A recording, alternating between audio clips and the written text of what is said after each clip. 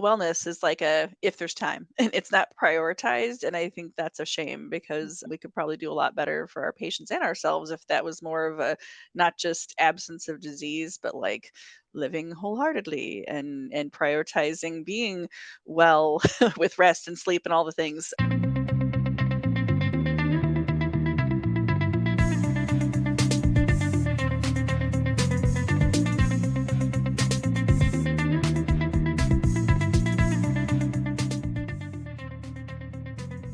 Hello, welcome to the Integrated Care Podcast from the Collaborative Family Healthcare Association. I'm the production editor, Grace Pratt, and I'm joined by two of my co-hosts today. And we have a topic that I'm really excited to talk about. I was just thinking and looking back over what we've done lately. And one of the things I love about our podcast is how we do a blend of big picture, larger systems, organizational topics, but also don't lose sight of the clinical practice of what we do. But it's been a minute since we did a really clinical topic. And so we're going to get into a little bit of that today. But first, we're going to introduce ourselves, and we're going to start the way we always do with an icebreaker question. And I have a really simple one for you guys today. You know, daylight savings times happened, as long as you're not somewhere that doesn't practice daylight savings. I don't know, but it's light later. There's more sun. It's warming up. The weather is nice, like spring is here, which always makes me think of things that I'm looking forward to. So I would just love to know what's something good going on for you lately, and or what are you looking forward to? So around the circle for me, first we have Bridget Beachy. Yeah, my name is Bridget Beachy, and I'm Director of Primary Care Behavioral Health and FQHC here in Washington State, and do a lot of other things related to integrated care. Yeah, as far as exciting things or things I'm looking forward to, I think, we'll do big and small. So the small things, as I love when the flowers start to sprout. You see the tulips and you see, I don't even know all the different kinds, but on the walks, I'm like, the little wildflowers in Yakima area. There's a lot of folks are like super into wild flowers. We also do have a lot of wildfires, but that comes later. That's in the fall. And just being able on the hikes to see a lot more life is just always so fun. So Dave and I love to hike all year long, and it's super fun to go in the winter. And even, kind of those gray months, it's still super fun. But there is nothing like you're out on a hike and you start seeing the little flowers coming up. And then we have a trip to Germany next month and Ireland the month after. So it's just a quick one, about 8 days for both. So we're going to do a little jaunt over there to Germany and then a jaunt over to Ireland.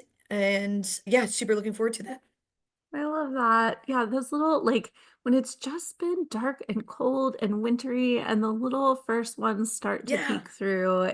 I love that too. Yeah. Thank you, Bridget. And I can't wait to hear about your travels after they happen. Next, we have Jen Thomas. All right. Good morning or good afternoon. Jen Thomas, Family Medicine, Addiction Medicine, Morris Hospital, Morris, Illinois.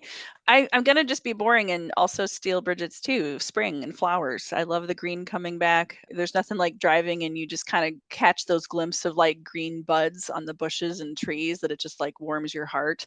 I like to garden. Like I don't do vegetables. That's my hubby. He does like the peppers and tomatoes, but I like flowers. So like every year it's a tradition. It's like my kids say it's my second favorite day of the year after Christmas. We go to Vilt's. It's this great little mom and pop garden center in Braceville, Illinois, and they just have like acres of annuals and perennials, and it's so pretty. And I definitely overspend and fill my car with all the the flowers, and they go home and put them in pots. And it's just a nice, peaceful, thing you can tend to and watch grow over the summer. So yes, looking forward to spring. Bring it on. Cannot wait. I love that. Is your flower shopping day coming soon, or did you already go for this year? In our area of the country, we have to wait. I always want to go too soon. We have to go kind of like Mother's Day weekend. So, like, second weekend of May. The frost will like kill, when it gets chilly at night, some of your Mhm. annuals. And it's fun to like learn about too. Like, my kids tease me. They're like, oh, what kind of plant is that? Like, oh, it's a petunia. It's a snapdragon. That's hostas, blah, blah. But it's kind of fun just to like be a student of, and learn things about like, hey, it's kind of neat to know more about things over time and is kind of, what grows in sun and shade and blah, blah. But yeah, still got to wait a good month and a half. But that's okay. Now is the the bulbs coming up. So like daffodils, those are and crocus, those are kind of some of the first ones, at least in the Midwest, that pop up. Tulips right behind that. And those are like so low maintenance. You could stick a bulb in the fall, and every spring they come up, and they're such a beautiful little first greeting of spring. So yes, woohoo to the flowers. I'm gonna have a spin-off gardening tutoring podcast, Jen, or maybe at least a I side know. conversation. It'd be so fun. Love that. Well, I'll do a big thing and a small thing too. A small thing is I am thankful and just happy that it is nice weather for a hammock in my neighborhood. Oh, sorry. I'm Grace Pratt. I am the behavioral medicine faculty at Integris Great Plains Family Medicine Residency in Oklahoma City, Oklahoma, which means I'm the furthest south, which also explains why it's nice hammock weather here. And we've just been spending as much time as possible outside. Although I did have a little incident where I had been leaving my hammock out too much in the sun and it got really Oh, weak. And I went to get out of it last weekend and I went to stand up and it busted. And I have a bruise about this big on my hip. It hurts so bad, guys. But Yes. I still love my hammock. Well, not that hammock anymore. I'm going to need a new hammock. But I love to just lay out in the backyard. We have pretty incredible skies in Oklahoma because there's not just a whole lot of trees in the part of state that I'm in. And so there's always like amazing cloud watching and beautiful sunrises and sunsets. And it's just so nice when we get to the time of year where it's comfortable to be out for all of that. So that's my little thing. And my big thing is I'm getting married in a couple months. It's getting Woohoo. closer. We sent out our wedding invitations this week and I'm starting to get texts from friends that got them. And so they were a So cute. very big labor of love. We did all our own letter pressing. We did a lot of things, but so Mm, I'm very excited awesome. about that. Yep. Yeah, that's great. Yeah.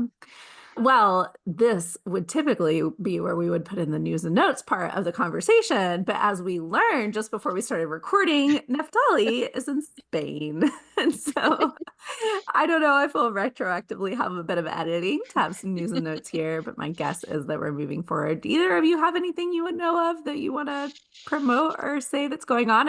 I mean, you're as involved as Yeah. anybody in this Yeah, organization. yeah. Oh, so the PEDS masterclass. That is something actually April, I'm not getting it right. I think it's April 11th. I'm 11th. excited to go just because we do kids and adults in my family medicine office. So I think that's going to be a really neat opportunity to learn from some pediatric integrated care experts. So definitely looking forward to that for sure.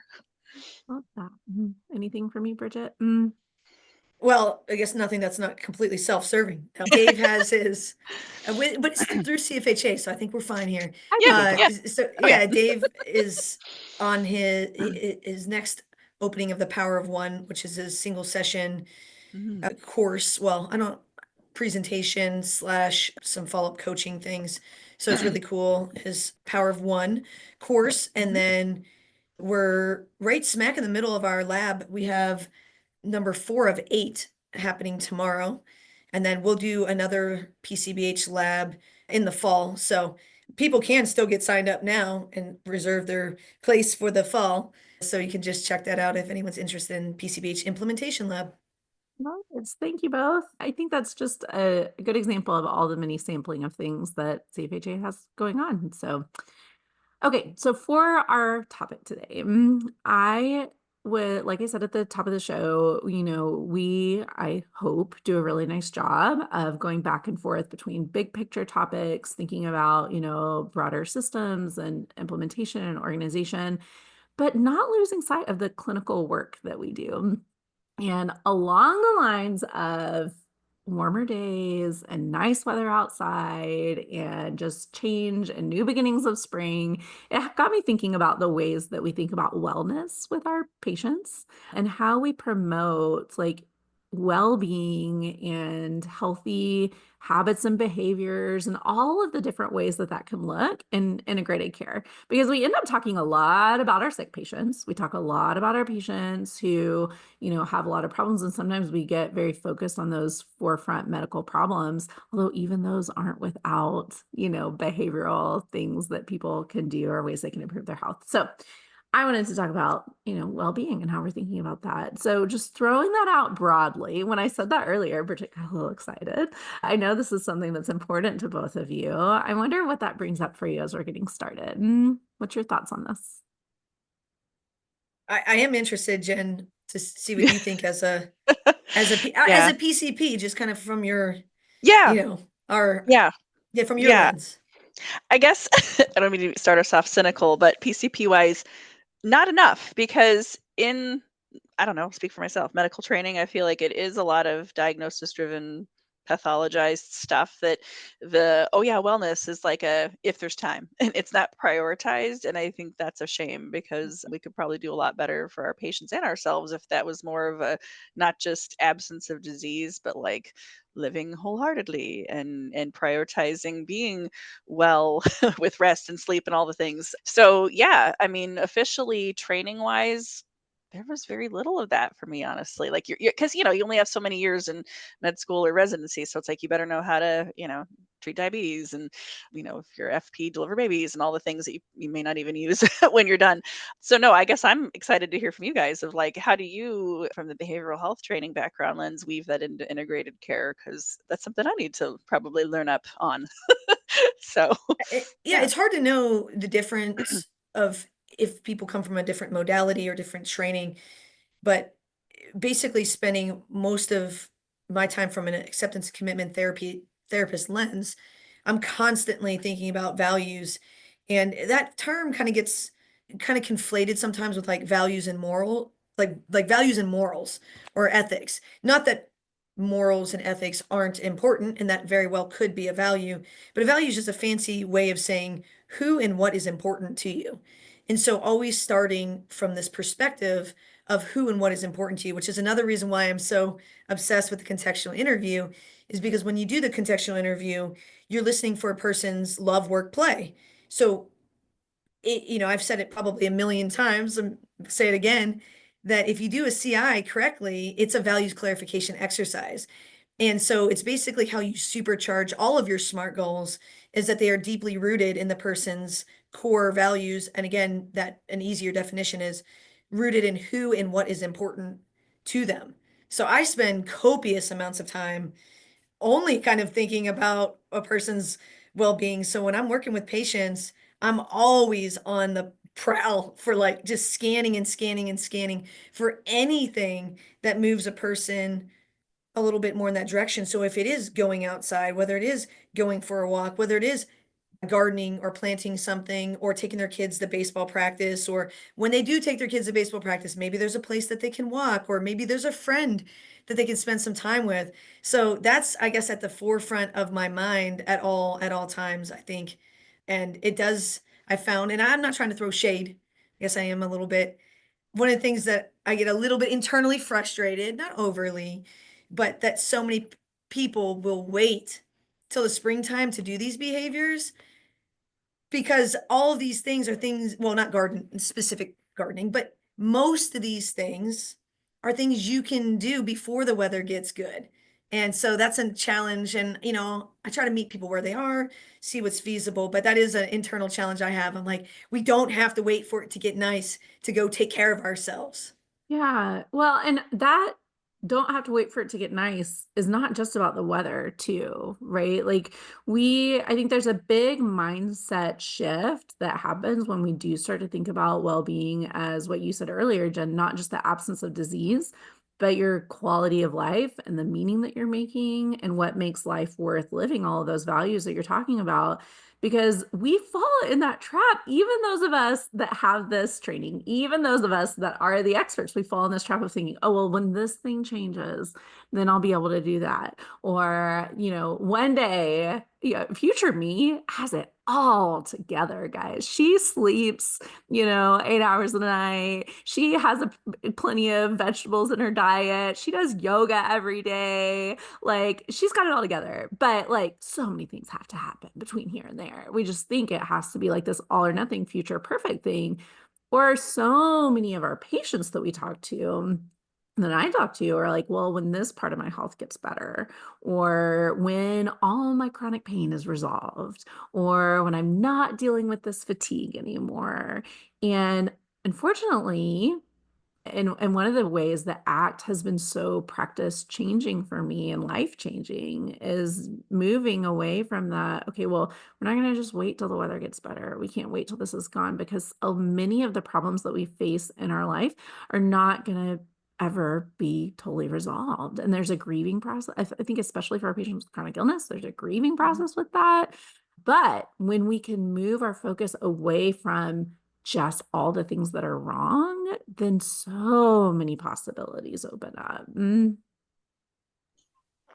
Yeah, that's really wonderful. I feel like that's a skill, I don't know, medical, we probably always need to fine tune and sharpen. Because I think, at least I'll speak for myself, being from the medical background, like when you might tiptoe into that, like, oh, you could try these goals. And like, it's so easy to get like shot down by patients so quick of like, nope, tried that. And then you're like, crap, I don't have anything else Mhm. in my toolkit to offer. How do you handle that when it's like, well, I would walk, but it's so Mm. cold that my pain will get worse. So what if I slip on the ice? Like, what would you tell a primary care patient that has that, like, ambivalence with like, oh, I see your point. It would be good for my physical health to move around, but, here's my reasons why not. How do you handle that? Oh man, I have all kinds of Grace. I'm sure you do Fire too. away. I need to take notes. A I literally will take as notes.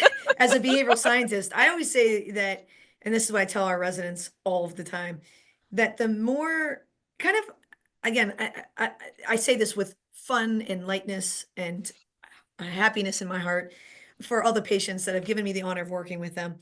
But I will say the more like ridiculous the excuse, that just tells me stage of change. So I don't have to Mm, get mad. I don't have to come up with a mm, rebuttal. I just mm. know that I am way further ahead of them.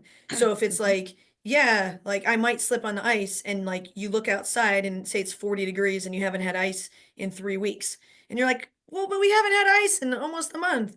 And it's like, oh, but there could be overnight. And you're like, what? Like Yeah. that is a perfect time to recognize in a very nice, non-judgmental way that you are just a way further out from them. And then what you have to do at that point is shift from any type of like advice giving or generation of thoughts or ideas and go fully back on into and then again, this is my opinion, back into that love work play zone of like, can I picture what a day in the life of this person is like? Do I see in my head, like thinking of their life? Do I know who's there? Do I know what they're doing? Do I know that what they're spending their time doing? And then can I maybe just have a lot more inquiry to like, what do you got going on in your life? What's going on with your husband? What's going on with your kids? What's going on with work? And just kind of completely take out of your mind any type of advice or things that you want to have them like try. I don't know, Yeah. Grace, if Yeah, no, I would agree. I feel like the thing that I'm the broken record about is telling my learners, if you're the person arguing for change, you're in the wrong chair, because we can't talk people into changing. And back to that, beautiful motivational interviewing principle that I just love so much is ambivalence is normal. And everyone is going to have those different part of them that wants to change and part of them that doesn't, but also none of us wants to be manipulated. So the harder we dig our heels in and trying to convince someone and to argue with them that this change is just what they need and they just need to do it, naturally, the harder they're going to resist. And I think it's also really hard for us as humans and as helpers to hear like no, or hear an excuse, or hear someone not be like, yes, that is a beautiful plan and I'm going to do it perfectly right now, which is also sometimes we hear that and that raises every eyebrow that I have. But it's hard for us to hear that no, or to meet that resistance and not be like, oh, never mind, that was all I had. It doesn't feel good for people to, and so I will say personally for me, some of the most frustrating patients that I do meet with are the people that are so fused with their problems and are not able to look around it. And everything you offer is just a no, no, no. And they're very negative about everything. That's really hard. But I love what Bridget just said about like getting curious and coming back to what is in this person's life, what is a day in their life look like? Because also when that encounter ends and this really, really negative, bitter fused with their problems person leaves our clinic, they leave our clinic and we move on and meet with other people and live our own lives. And that's their reality that they're swimming in all the time, which is also a lot of times a really helpless, really frustrating, hopeless place to be. And so for me, tapping back into that compassion when I'm met with resistance becomes really important. I think you Mhm. can use also, Jen, kind of like we were saying, like, no, as a PCP, some of these folks really well, and being able to be inquisitive by kind of like almost using a summary of what that they're going through and being like, Mm, oh my gosh, well, what do you think of that? So say that somebody lost their job, they're going through a divorce, and maybe their young adult son is struggling with something. You could mhm, say something along the lines of like, dang, when it rains, it pours. Like, thank you so much for opening up to me and telling me what's going on. Like, I just gotta ask, like, how are you making it through? What keeps you going mm, when you're dealing with, these finances and not being able to work and going through this divorce? And of course, you're worried about Tommy and some of his behaviors. Like, what keeps you going? And it's mhm, funny when you kind of like take your prerogative or your agenda and you let that slip away to where, like Grace is saying, that it's okay if this person is or there isn't doing it, or mm, is or aren't doing it, it's fine. But mhm, really just asking, like, how are you doing that? Or how are you making it through? Or what keeps you going? That will mhm, sometimes flip that to where that person starts arguing for either something they're currently doing that's making them feel good, or maybe something that they want to do. I found that that will happen. And it mm, almost shocks me to this mm, day. Well, they'll be like, mhm, well, one of the best things that I've done is I've gone back to church, and I've been mhm, going every Sunday. And it's mm, funny. I was thinking that there's this women's group that I just haven't felt like going to, but mhm, like, I know I need to go to that. And I'm mhm. like, buddy. Mm, Yeah. mhm, Yeah. Because it is so much more effective when it's coming from the person. Because I mean, throw a mhm. rock and you can hit a behavioral change that somebody needs to make. Like none of us are perfect. Pick one of 24 things that you can Mhm, do to improve your health and your wellness, like mhm, personally, you know? And mhm, so it doesn't matter if it's the thing that we think is most important. It doesn't mhm, matter if it's, this one thing that we think, because if it's coming from us and the person doesn't agree with it or doesn't care or it's not important to them, it doesn't matter. And in fact, mhm, not only does it matter, it erodes our relationship with them to like push and push and push on this thing. I think a mhm, lot of providers have certain things that because of their own background and experience, they feel, is at the forefront of their mind as the most important. So, someone might feel like really feel that it's weight or really feel that it's exercise or really feel that it's smoking or whatever it is, and like, yeah, there's evidence for all of those things. Sure. But again, nobody has just one thing. And if it Mhm. doesn't start from that person's interest, we're just not going to get anywhere. It's very frustrating. mm. That's so great. I love that. I'm gonna literally use that approach today of like, how have you been getting through that? That's great, right? Invoking the the things they're Mhm. already doing. And I think it just underscores integrated care so much of like we collectively as medical, we just need extra teammates to help us think in Mhm. this way. The Mhm. medical training can be so checkbox task oriented. You think about the visit from the PCP standpoint. It's so checkbox, right? Get your Well, and there's refills so many in. demands on you guys. Yes, Yeah. And yes. like, I mean, we can talk a lot. I said we're going to make this a clinical topic, but I think we should talk for a little while about the competing demands of metrics and of, Mhm, mhm, different payment models. And, if your clinical population doesn't meet this particular A1C metric, then that's going to mhm, impact this thing over mhm, here. And so then that becomes part of the driver of the work that you're doing with your patients, because there's the dashboard, there's the panel, there's the feedback. And then do you have time left to do? You don't. And so I have just so much Yeah. compassion for our providers in terms of trying to balance all of those things. Yeah, you guys yeah, have the hardest job in the world.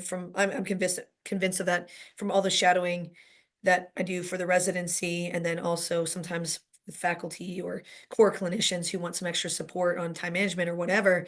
I'm like, I mean, I can come up with a few things, but I think it's really just the nature of the job. And to be able to find that joy and, knowing you, Jen, as a person, I know that patients tell you things. I know that they confide in you. I know that they drop this and they drop that. It's just using what's right in front of you to stay curious in those moments, which is hard when you're juggling this, like you said, the 20 things that you have. But I think a little quick reframe of like, I know these people. I know them. Just Right. ask them what they're doing. Yeah. Ask them how they've made it through. Ask them, is there, you know, like depending on their age, depending on context, like, is there anything that you've been thinking that you want to work on? Like if it say it's January or something, like, hey, are you a New Year's resolution type of person or a no way Jose type of person? Like, and if they say like, oh yeah, no, I always make a New Year's resolution. Oh wow, okay, well, what is it? What are you Mhm. thinking? Mhm. Like Yeah. just using your regular Yeah. being Yeah. in those moments, I think would be really cool. Yeah. Mhm. I think that makes so much sense.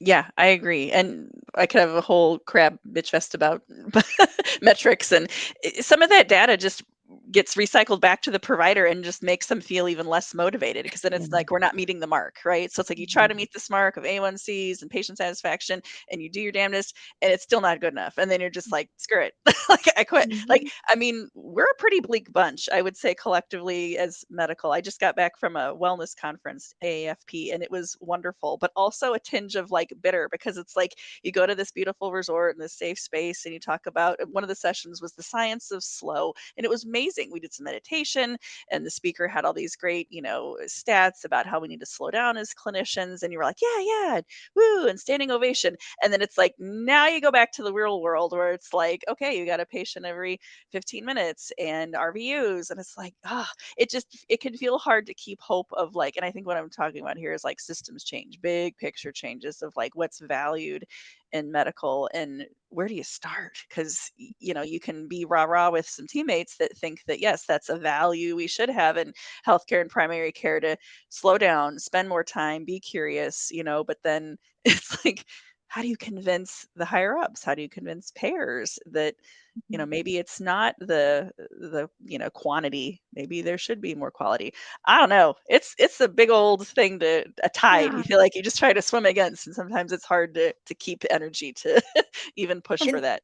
I think at the same time, when we get focused on like what's right in front of us, the problem list and the medications and the disease, and Mhm, like move through all mhm, of this, and don't do the piece that Bridget was just talking about of like, we talked about a lot of things that are been hard for you lately. What's something you're doing to feel better? What's something that you're excited about? Even just that question that we asked at the beginning, even if it doesn't take that much more time, it's what adds the joy to our practice. Or I think for a lot of patients, like when it's us initiating the conversation, I need to recommend that you quit smoking, or I need to recommend, I think this particular change would make a big difference for you. It sometimes is a really involved, drawn out, difficult conversation. But if it's coming from our patient and we're asking them, what's good? What's going on? What are you looking forward to? That is a really brief, very human interaction usually. And so sometimes I think the reason why it's really hard is because we're doing it wrong a little bit versus mhm. if we Yes. can the shift. Totally. And the irony is, if you go into the room with that mindset of like, you just got blasted for your Mhm. A1C scores being too low, and then you're like, all right, that's it. I need to focus on these A1C scores. That the Mhm, very thing that is going to make the A1C scores not as good mhm. is, yeah, it's like the irony. Like the more you It's focus crushing. on it, Yeah, yeah, yeah. it's crushing for you as the clinician. It's Mhm, crushing it for the patient. mhm, But mhm, if you switch up the game and we mhm, start being values first, like Grace is saying, hey, the whole system is inverted. mhm, Dave and I get into battles, although I don't really get into battles anymore because people can do what they want. mm, But we teach every one of our BHCs that we don't ask questions about the problem. And this is like a whole thing in the behavioral health side, BHC side, the 5As versus the CI. And I'm not saying versus anything. I listen, if something works for somebody, you keep doing it. But the way that I do it and the way that Dave and I teach it in our system is doesn't matter what the referral reason is or the presenting problem, you always start with the CI. And that then dictates everything that happens. And then people are like, oh, so what, you just don't even care if it's smoking cessation or if it's diabetes or if it's obesity? And I'm like, correct. Because I trust the process that if I ask this patient about their love, their work, and their play, they're going to tell me what is feasible, relevant, realistic. They're going to tell me these things versus trying, like Grace is saying, trying to like get that out of somebody, and who even knows what you're up against, or who even knows what you're, hitting on that resistance piece. It could be anything that they're dealing with in their life. And where, yeah, you do it reversed, and it can sometimes take a little bit more time up front, but I'm always like, it saves so much time in the long run. And people are like, well, Dr. Beachy, what do you do if you have 7 minutes and they have to leave? I say, well, I do a CI light, which is basically living situation, inner circle, income, and fun. So it's like you just cut out like a couple of the small, well, I don't want to say small, but specific questions instead of being like relationship, family, friends, belief system. You just kind of say like who and what is important to you and fills your heart up or something like that. So yeah, I would say I still do a version of the love work play even if I have 7 minutes. Do you train your PCPs to do a version of work love play? Because in hanging out with y'all, I find myself asking about that. Like when I look at back years ago of me versus now in having all these great conversations, conferences, and having integrated care become part of my life clinically, professionally, whatever. Yeah, I notice I'm like wanting to be curious about who all lives at home with you, and that's been a shift. And like, so how do you, if we had say we had a new PCP that just found us on, a podcast, what would you tell them to get started with a contextual interview light? Because I think we can Yeah. always use a refresher on that. And then I'm happy to be like, hey, all the PCPs in my system, go listen to episode, 78. Bridget's going to drop the mic on how you could start just little things, because I think it would make a big difference. I do, because I think we need to know a place to start. So what would you tell a PCP or a family medicine resident or whoever that's clinical that like might want to be doing a little bit of this given the constraints of the medical visit? Yeah, I do. I too. This is something that we talk about all the time is that with residents, when they have their own patients, because sometimes with us being a residency clinic, they'll get acutes. I say if you have your own patients, this is a great time to do love work play. And then the second time it's a great time to do love work play is if it's a chronic condition and the person isn't getting any better, or it's kind of this it's status quo each time and you're like, what is going on here? Those are two really good times. So even whether it's your patient or not, if you're working with somebody on a chronic condition, 2 or 3 visits, make no progress, that's a great time to stop and ask yourself, do I know this patient's love work play? And the easiest one for the CI light is the very first question is the living situation of like who all is in the home and finding out kind of like who are they waking up to and with. And then it can get a little bit complex because you might want to find out if they're in an apartment or if they're renting versus a house. I wouldn't get caught too much in those details. Just try to picture it. And I think the easiest is to start with just who all is in that home. And from there, most of the time, the other details kind of shake out. So if they name like 20 people, that's a great time to be like, okay, and you all are in a house? And they're like, no, we're in an apartment. It's like, well, that's telling. So living situation. The second one is who is in their inner circle. So if something good happens or something tough happens, who are the people that you think to talk to about it? Okay. That's kind of as far as it goes. So it could be, in that case, what can shake out, and you have some clues based on what they told you for a living situation that might give you clues about relationship, family, or friends. And then the third one is, what are they doing for an income? And then the fourth one is, what do they like to do? And you can use a lot of whatever they're coming in with. Like I know we've talked in previous episodes, they have a Seahawks hat on, or they have a NASCAR all over, keychain and t-shirt. So, you can start there. And if they kind of look at you blank and they're like, I can't remember last time I had fun. You say, you know what?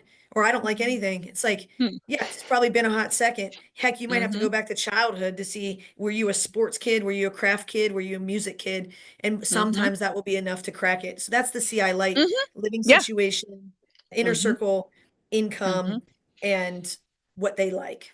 Okay. Awesome. Very applicable. Love it. We can action item right now. Do that Oh, I love today. the PCPs. You guys are awesome. Yeah. Well, we need a little help with this because it's dissatisfying when you just go in there with the checkbox of I have to, send the referrals and hit refills, Tick rinse and some repeat all day boxes, and you long, didn't get in you medicine know? to be a box Yeah. ticker. Yeah, exactly. One of the things I really appreciate about when opened that, Bridget, is you talked about a couple of times when it's really helpful, because this is not, and this is something I say again to my residents all the time. I'm not saying you're having all of this conversation every encounter with every patient, Okay. Okay. and what you'll find is if you find yourself eliminating some of the frustrating conversation that you have, or just feels like you're banging your head on the wall, saying the same thing over and over and over, then you open up a lot more space for sometimes when you have someone that the time is right. Or like, I don't know about y'all's clinics, but when it rains, our patients do not like to come in. And so there are going to be days when there's cancellations, and you can see on your list that you're going to have a big open spot after this.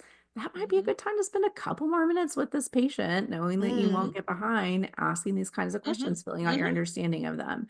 So it's Mhm. not, and then what you invest in knowing this pays off in all of your later encounters too, because you're Mhm. not just, again, having the same frustrating conversation over and over, but you're starting from a place of connection and knowing them, and you can shortcut a Mhm. lot of things. And you're not Mhm. arguing with them to change when they're not at that stage of change, wasting both of your time. You're like, oh Mhm. no, you're not ready for that. So we're not going to go there. And you just Mhm. saved yourself 5 minutes of monologuing to them about all the reasons why they need to quit smoking, and now they feel like crap because Mhm. Mhm. you Because now we're don't judging them. understand that Now the that's literally doctor's the only mad, thing right? keeping They're them all not. going during the Yes. day, is knowing they can Yes. go outside and have that smoke break. Yes. And so being able to have these conversations, not in every single encounter, but when they're going to be most impactful, and Mhm. stopping the bad Mhm. pushing that we're doing on Mhm. people, Mhm. opens up just more opportunity. Yeah. I have an even pithier one that just popped into my head as from what I had told you, Jen, that if you feel stuck, Mhm. that's another good time as a clinician. I had said like, well, 2 or 3 visits, you're addressing a chronic condition, Mhm. nothing, no change, and which is great. But either Mhm. an even pithier one for, it's got to be nice and easy for you PCPs because of the Mhm. 17 bazillion things you're asked to do. So like you're feeling stuck in a visit, you feel like you're arguing with the patient, and then of Mhm. course what we tell residents or new PCPs We is need it too, even us oldies. We if do. it's their Never if too it's late. their yeah, if it's their continuity patients. That's a Mhm. really, really good time. Now, I say all that, sometimes in acute visit, having a contextual piece was going to give you that clue. So I'm not saying Mhm. not to use in those other times, but if we're talking about like Mhm. low-hanging fruit of a good time, Mhm.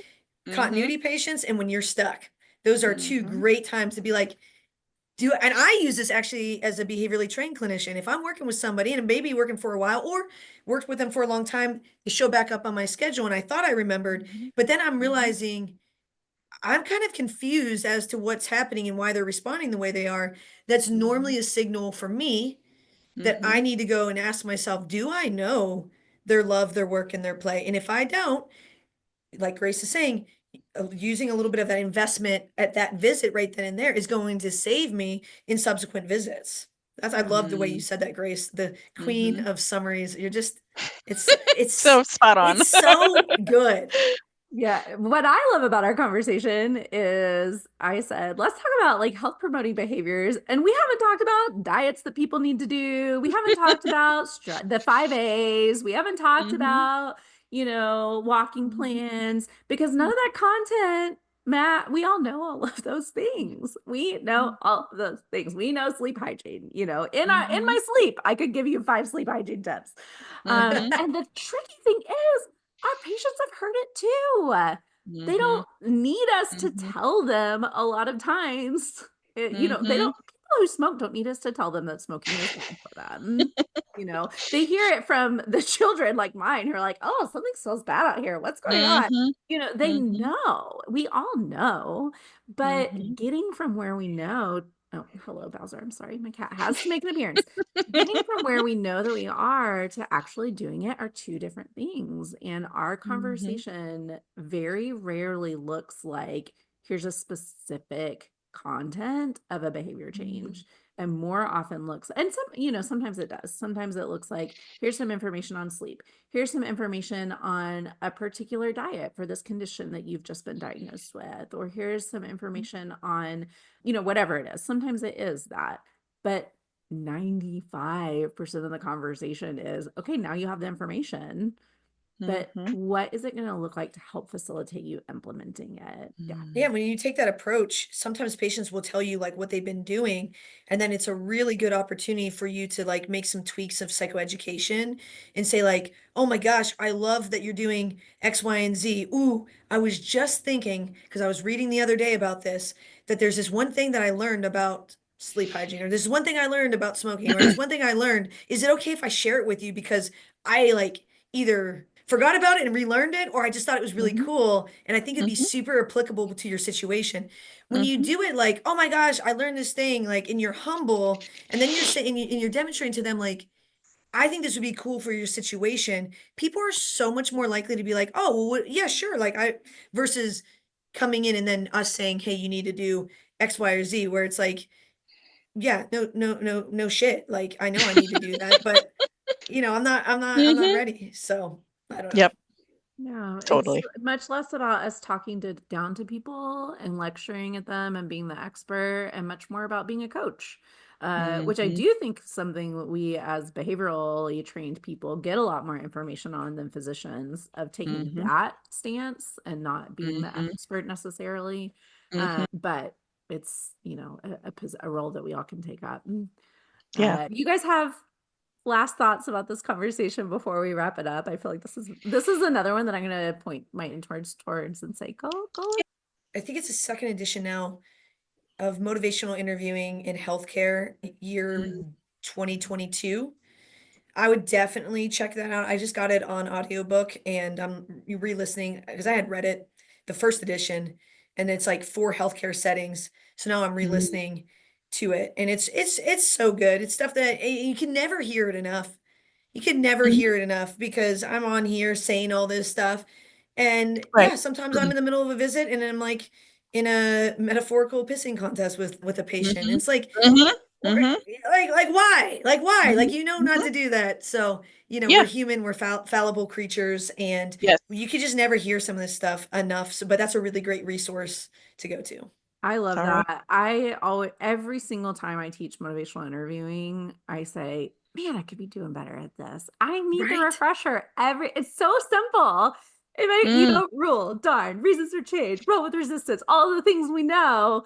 But it just is a continual, like, talk about mindfulness and presence and Mhm. having to come back to that practice over and over. That's Mhm. it right there. So thanks Yeah. for that Well, reminder of the get conversation. your interns learning because I'm trying to think. I think it was 2018. I was late 30s till I think unless I was sleeping through a session in residence, which I could have been, about what's motivational learning. How could you do that as a PCP? Like, man, we need that skill. We need it early on. It needs to be baked into our DNA of this is part of who we are as medical because it's helpful. And I'm by no means an expert, but the little snippets I've got from hanging out with you guys has helped. So keep doing that. And yes, interns out there, listen, try it. It's actually fun and cool to see something helping because it sucks being stuck. It sucks being in the visit when you get shut down and you're like, well, this was fun, moving on, but it's neat when you can, work a little bit of that MI, like, oh, okay. And it's not that I'm not a smart clinician or that they're a bad patient. They just are at this stage of change. Okay, that's helpful. We can work with that. So yes, go and learn. And I'm totally going to listen to that whatever book, Bridget, because can never hear it too much either. Yeah. I think And Jen, I that think you would do amazing at. I bet you do MI way more than you even realize. I bet if we went and we maybe. shadowed you, I could code your visits and Oh, demonstrate and point out all the ways in which you're already doing let's it, do and then it. just Let's do find, it. yeah, dude, We should totally role you play let me sometime or know. like, yes, that'd be fun. Love it. Well, this has been such a good conversation. I'm so glad that we got to just take a few minutes to reflect on this. I think it's one that is going to be kind of one of our perennial episodes that you can always Mhm, return to and listen to and get some more nuggets out of, which are some of my favorites. So mhm. thank you, Bridget. Thank you, Jen. Thank you to all of our listeners. We hope Monica feels better and that Neftali enjoys Spain. And we'll talk to you again next month.